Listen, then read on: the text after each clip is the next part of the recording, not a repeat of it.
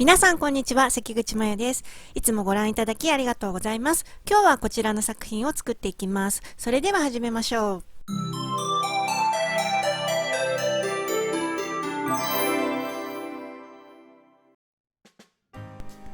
まずはじめに樹脂粘土を用意します。こちらは100円均一のダイソーさんで買った粘土です。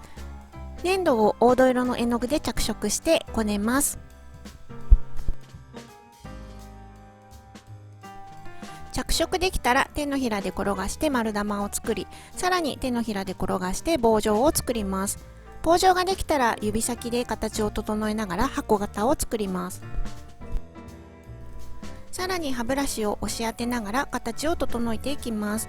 今は質感をつけているのではなくて箱型の形を整えるために歯ブラシを使っています。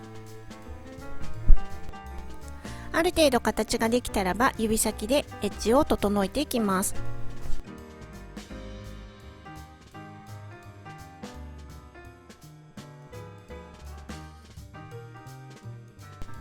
微調整をしながら整えていきましょう。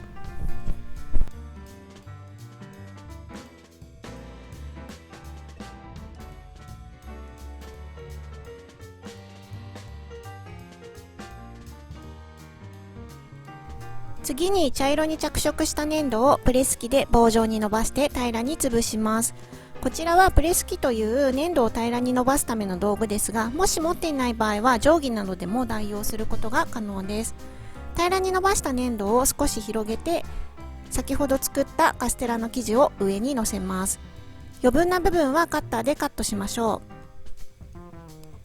う。しっかりと粘土同士を貼り付けましょう。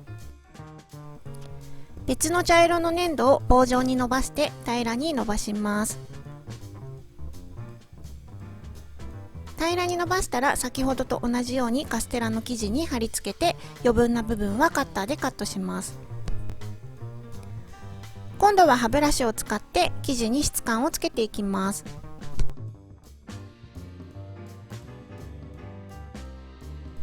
反対側にひっくり返して裏面にも質感をつけましょう。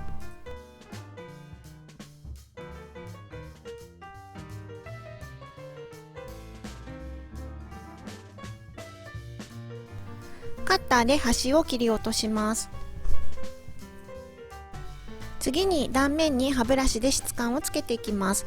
歯ブラシの先端を使ってしっかりと質感をつけていきましょう。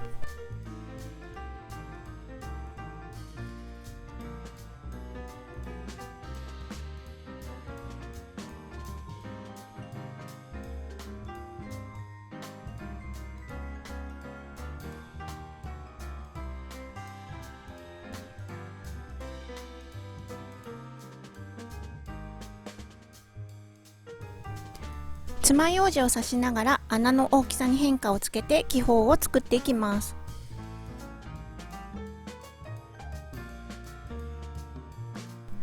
カッターで1ピースにカットします。カットしたらカットした方の断面に歯ブラシで質感をつけていきます。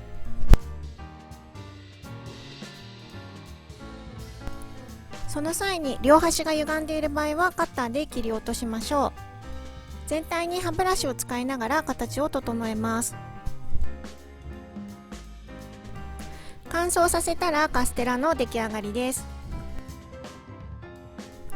この動画がお役に立ちましたら高評価、チャンネル登録よろしくお願いいたします。